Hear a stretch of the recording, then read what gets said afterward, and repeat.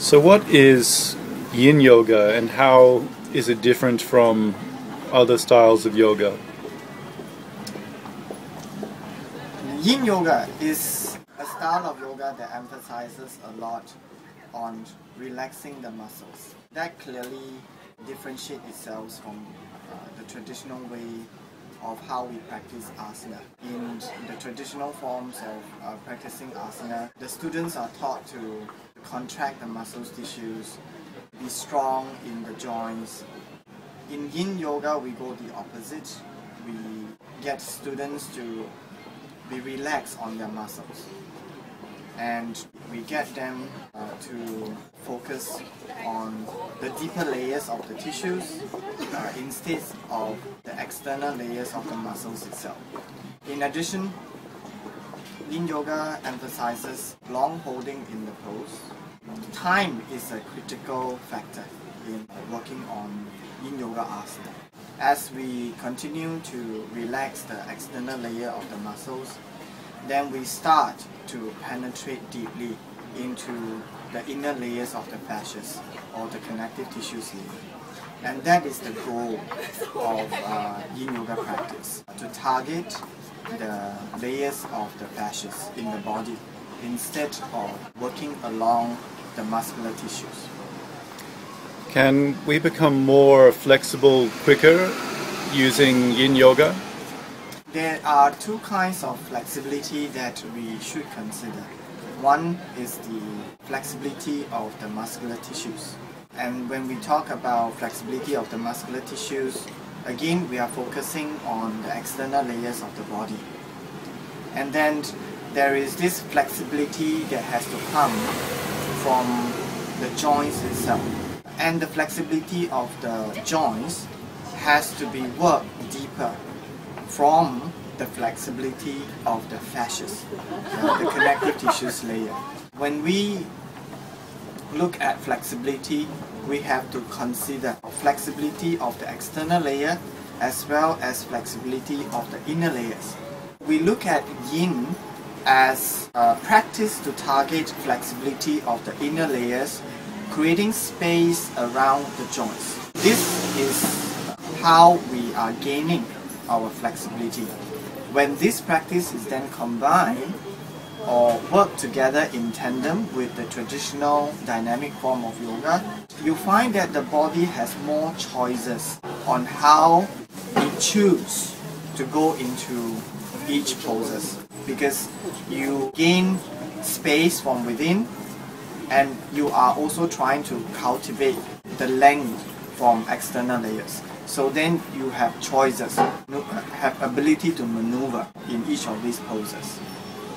A lot of people start yoga with goals such as they want to lose weight or to look better.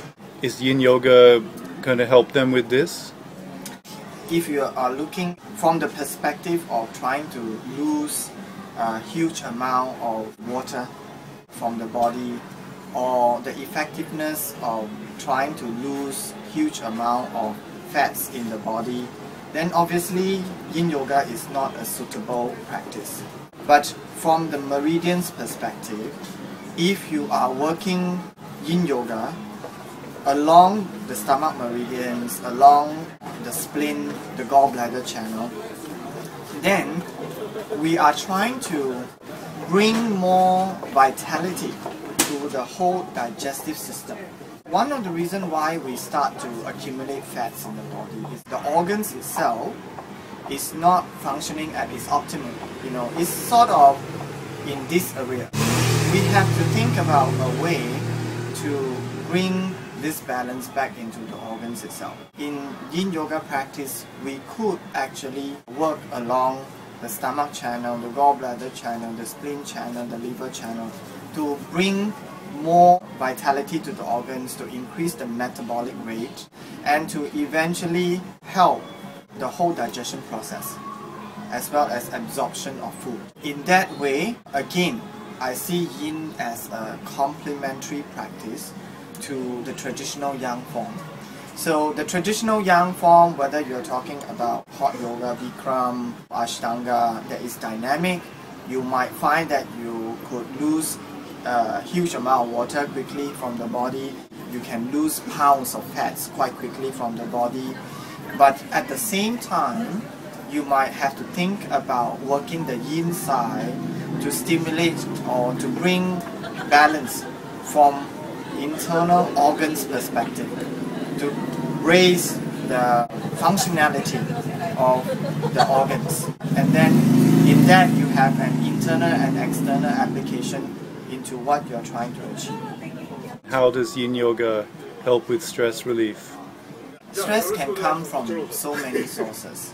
One of the things is to embrace first a practice that allows us to come out of our current situation.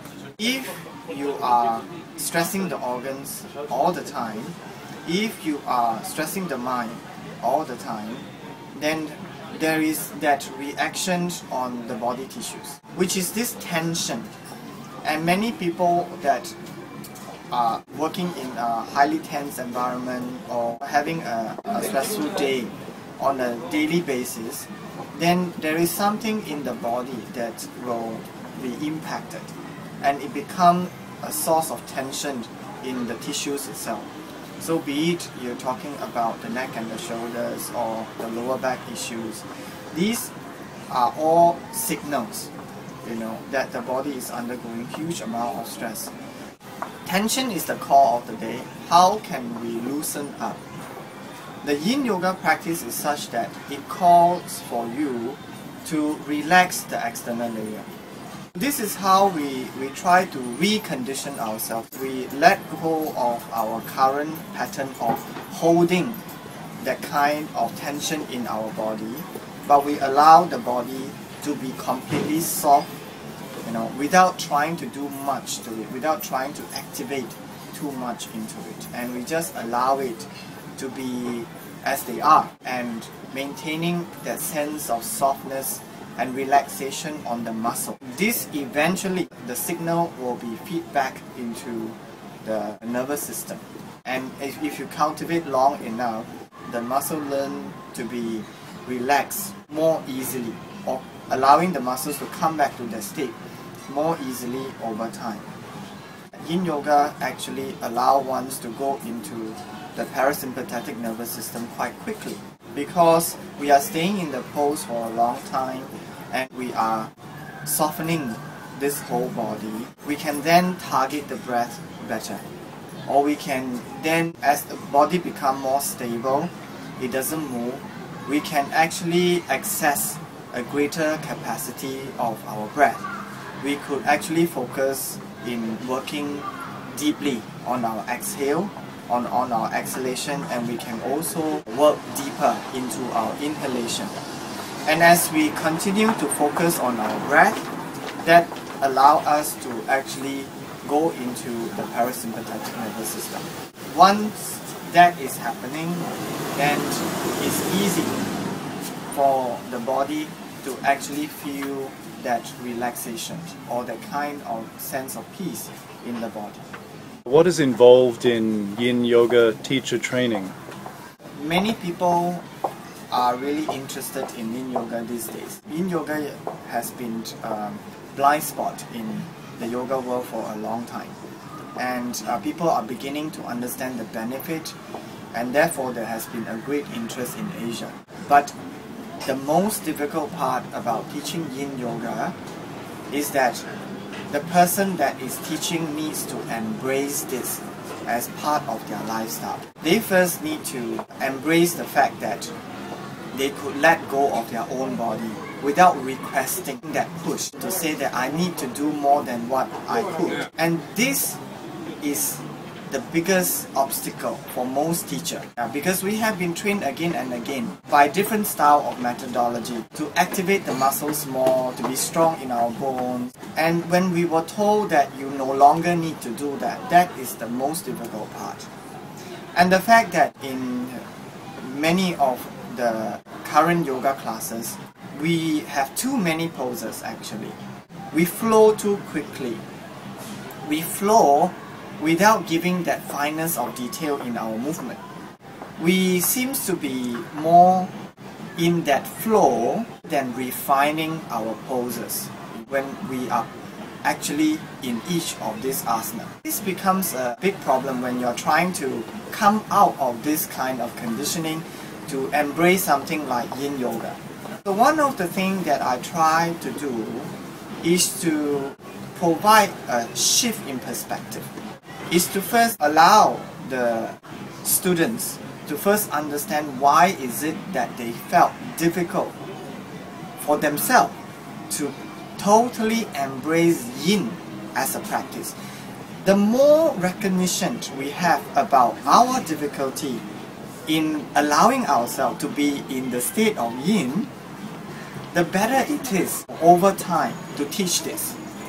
But if we think that we could just switch overnight to come out of our current teaching pattern to teach yin yoga, then this is clearly not going to happen. And therefore, although there are many teachers that wanting to teach yin, eventually they come out of teaching yin actually. They have to give up themselves because they have not come to that recognition of their own difficulty in first embracing this as a practice. I can't imagine anybody that wanting to teach yin yoga has a problem with staying in the pose 5 minutes or longer. Now, if that is the case, and there is no self-reflection as to why that could be a difficulty for the person, then it will not be possible for the person to eventually think about teaching yin yoga as a practice to others. So it is more like, in my training, going through a set of self-reflection, and trying to understand for oneself the challenges that the person has to go through, the kind of change in their perspective on yoga, in their lifestyle, and in the way they understood yoga. Meaning the purpose, the ultimate purpose of why we are practicing yoga. If there is no change in this perspective from the philosophy of yin, then it is difficult for anybody to want to teach yin yoga. So on the one hand, I encourage people to be bold about trying this practice. On the other hand, to teach this, I require someone to go through a period of self-reflection and thinking seriously about whether they could integrate their life within yoga before teaching. It seems to be currently that it's more women than men who are attracted to yin yoga. How could we attract more men? This is not a yin yoga problem. This is yoga in the world in general. Whether you're talking about America, Europe, or in Asia, women is the main sex dominant group in the yoga world. But we are seeing some change in yin yoga in Japan actually. That it seems like yin yoga appeals to men more than other forms of yoga. Primarily, I feel because that it is a little bit slower and it doesn't require a beginning to feel that huge amount of stress to start off with, or they don't really need to be as flexible or as flowy in a yin yoga class. So men starting off with yin yoga has a clear advantage. It provides them with greater flexibility.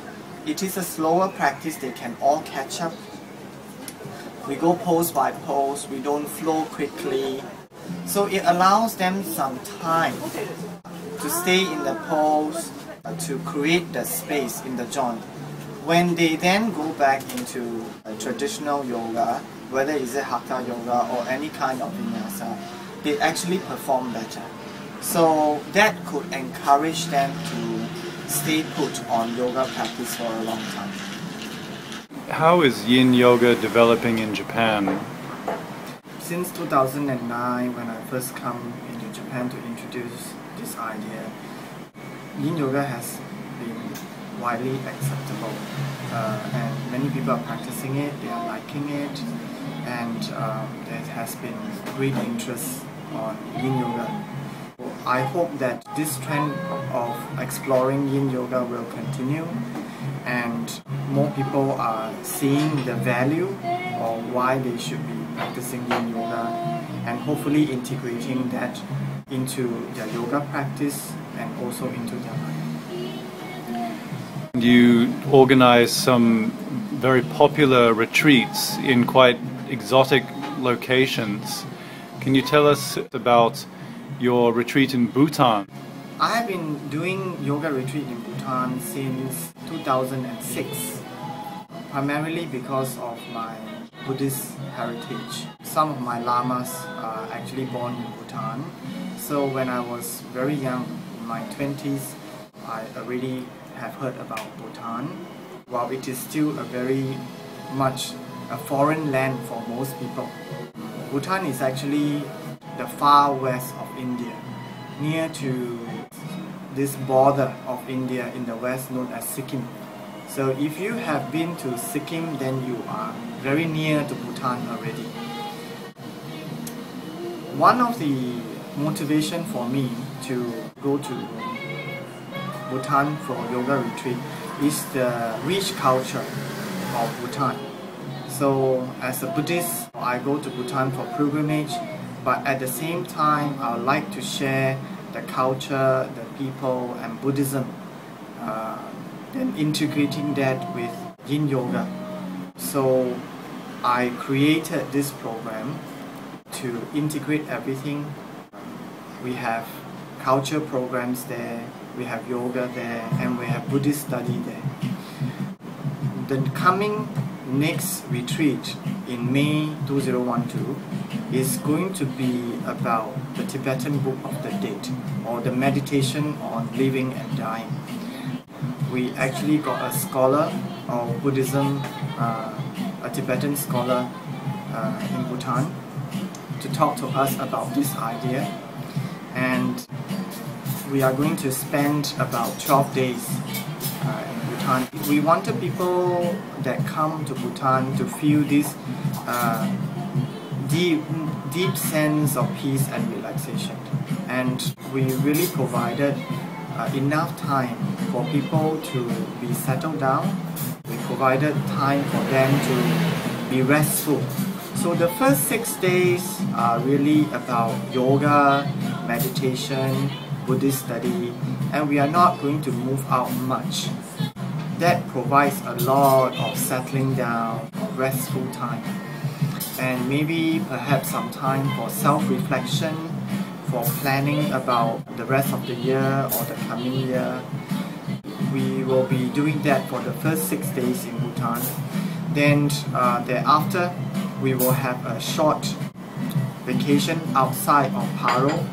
So the main retreat is going to be in Paro, and then we will move out of Paro to go to the capital city, to move into the Punakha Valley. Then we will do a lot of exploration in some of the old ancient monasteries and meeting some of the yogis, and then after that we will come back again to Paro. Bhutan's actually quite a bit more expensive than people realize. Tell us a bit about the logistics and the pricing there. Bhutan government is managing Bhutan tourism as a partially open country for tourism. So they are not really looking out at trying to attract huge number of visitors every year. So that causes a little bit of problem in terms of trying to visit Bhutan. The taxation of being in Bhutan daily is huge. So at the moment, to be in Bhutan a day, it will minimally need you to pay about $250. But that does not provide you with a superb accommodation. If this is what you are paying, then they are only going to give you a very minimum type of accommodation. in order for anyone to really come into Bhutan, logistically we have to manage, especially if we are looking for a suitable place for a yoga retreat. It's a process of trial and error, because initially we also run a lot of challenges of having hotels but not having a decent room for practice. But we have managed to solve that issue right now. We have very good partners in Bhutan that is providing us with a nice accommodation and a good dining menu that help us to work our retreat more smoothly, and people that come could actually feel that sense of restfulness. I think I want to emphasize that in Bhutan you really don't want to be busy. You don't want to be in Bhutan and feel that sense of busyness and wanting to go somewhere or wanting to visit a lot of places. I want to give people that sense of peace and stability and restfulness when they are there. The property that we have managed to found is about 2,700 meters. Surrounding at the back of the property is a pine tree forest. In front of the property is actually Snow Mountain. It's a beautiful property, and even without moving out of the property, you feel so restful every day and you can stay relaxed in that property every day. Bhutan is really a rest place. Sort of like you are in this spiritual cradle and you are there absorbing in what the environment is providing you. In Bhutan, we are trying to integrate spirituality into our daily life, and we are seeing how that can be done with a daily yoga practice. Another program that we run annually is retreat in Nepal, Kathmandu. And one of the reasons why is it is also a source of origination of yoga. And there is a great historical as well as cultural values in Kathmandu. And again, we are in a mountain. When we have selected a mountain to go into retreat, and we have some cultural programs that's going on, and also site visits. Again, is another venue where when you are in the Himalayas mountain, you feel that sense of awe and you feel that sense of magnificent Mother Nature. And to me, that is inspiring for a yoga practitioner. And when you wake up every day looking over your window, that range of mountains, it reminds you a lot about ourselves being part of that nature. We are very much part of that. And that sense of wanting to come back to understand the most fundamental thing about our purpose, our motivation, and who we really are when we are up there. Yeah. And I guess the yoga philosophy provides a lot of foundation for us to go into that state of reflection and contemplation.